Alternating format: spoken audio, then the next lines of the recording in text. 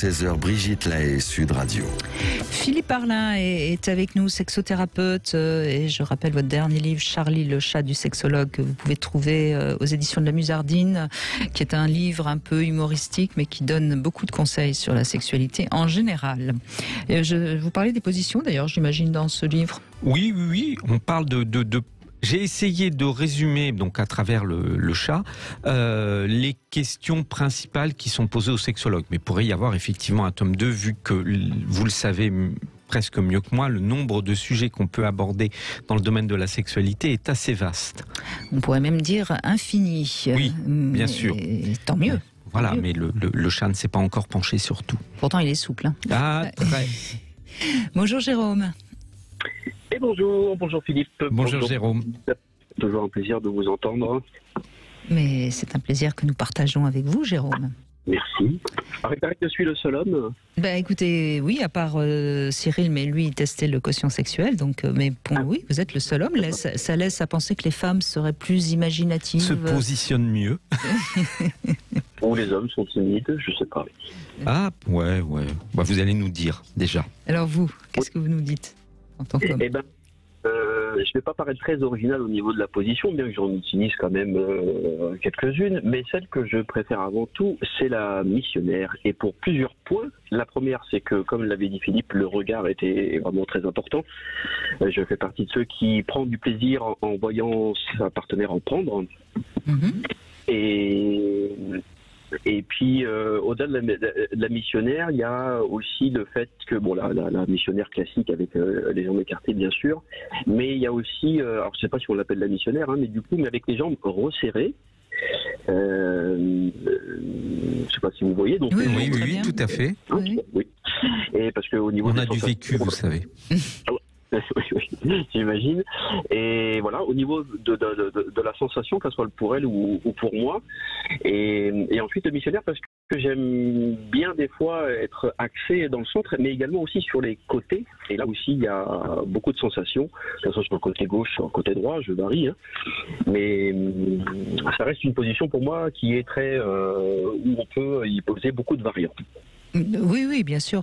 Et puis, si vous êtes adepte de se voir et d'être du corps très très proche du corps de votre partenaire, c'est la position idéale, hein, de toute façon. Oui, c'est clair. Bon, la levrette, évidemment, il y a toutes les positions un peu classiques, pas toutes les positions acrobatiques, parce que, bon, faut bien que je suis sportif, hein, mais on se contrôle plus sur l'effort que sur le plaisir, alors que c'est vrai que la position missionnaire, il y a déjà le corps à corps. Non, mais les positions acrobatiques, elles ont l'intérêt de s'amuser. Mais il faut pas oublier que de toute façon, pour avoir un orgasme, on est obligé pratiquement d'être en sécurité, qu'il faut que le corps soit sécurisé. On n'a pas un orgasme debout avec une jambe en l'air et un bras par-dessus la tête. Ou alors c'est qu'on a une manière de se sécuriser très particulière, mais effectivement c'est très rare. Très compliqué. Ouais, bien sûr. Donc forcément, et d'ailleurs pratiquement tout le monde a besoin... Souvent on termine dans une position classique pour jouir, même si on a été très acrobate pendant le film. Exactement. C'est vrai, d'ailleurs, pour jouer, on finit souvent, d'ailleurs, quand on n'a pas comme fait la missionnaire au début ou pendant, on la termine souvent par cette position-là. Exactement, la position dans laquelle on est le plus en sécurité, qui est souvent une position qu'on connaît bien. Mais moi, pour avoir connu des hommes qui se sont amusés à me faire pendant le même rapport 10 positions, franchement, c'est un peu pénible aussi. Hein. Je voudrais rassurer tous ceux qui nous écoutent, attention, hein, on évoque les différentes positions, mais on n'est pas en train de dire qu'il faut chaque fois faire tout le tour du Kama Sutra. Et puis ce qu'il faut rappeler dans ces moments-là, c'est qu'on casse le rythme pour la femme, c'est-à-dire que le fait que l'homme a un moment ait envie de changer de position, c'est pas forcément le moment où la partenaire a envie. Non. Et trop de positions, ça fait beaucoup de ruptures dans le rythme et dans la montée du plaisir féminin qui peuvent, au bout du compte, amener à peu de jouissance ou pas une jouissance aussi forte que prévue. Donc Jérôme, restons uniquement aux missionnaires tout le temps. Hein, oh, ça y est, elle a rien compris. Oh. Pas tout le temps, mais souvent, le plus possible. Oui, il faut savoir y revenir, on va dire. Oui, voilà. Oui, mais ça reste, de toute façon, ça reste le grand classique. Mais ça reste le gland classique. Allons-y. Désolé, mais bon, c'est un lapsus que j'assume. Oui. Il révèle rien, vous inquiétez pas. Pour beaucoup de monde occidental, mais il y a des cultures différentes qui sont moins fans, et notamment je pense à l'Afrique, qui n'est pas fan du missionnaire. Ben oui. Elle est pas adaptée à tous les types de morphologie. C'est aussi une question de culture. Et puis voilà, il y a des histoires de culture mais c'est intéressant peut-être de faire le tour. Ça sera une prochaine émission. On fera un tour culturel des positions. Mais vous savez pourquoi ça s'appelle le missionnaire, évidemment, Philippe Arlin? Oui, parce que c'était quand même ce que les chrétiens ont pratiqué le plus quand ils envahissaient certains pays.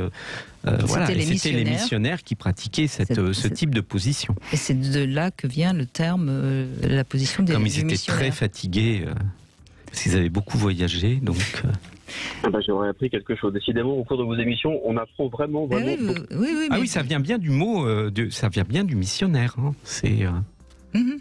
Et c'était donc en Afrique, justement, où les Africains, qui sont quand même très libres sexuellement, ils regardaient par le petit trou qu'ils avaient fait dans la case ou je ne sais où, et ils voyaient les missionnaires faire l'amour comme ça. Et c'est comme ça qu'est venu le terme des missionnaires. Alors c'est peut-être une légende, hein, mais en tout cas... peu importe, elle est jolie.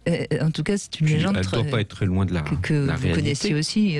Donc je pense que c'est assez proche de la réalité. En tout cas, on me l'a raconté, en tout cas celle-là aussi. Donc, oui, en tout cas, elle peuple notre imaginaire, donc bien sûr. Voilà, donc... Et pour ce moment de culture. Ne pensez pas à ça la prochaine fois que vous êtes en position missionnaire, parce que ça peut vous couper un peu, Jérôme. Non, je vais éviter de penser à eux. Mais en tout cas,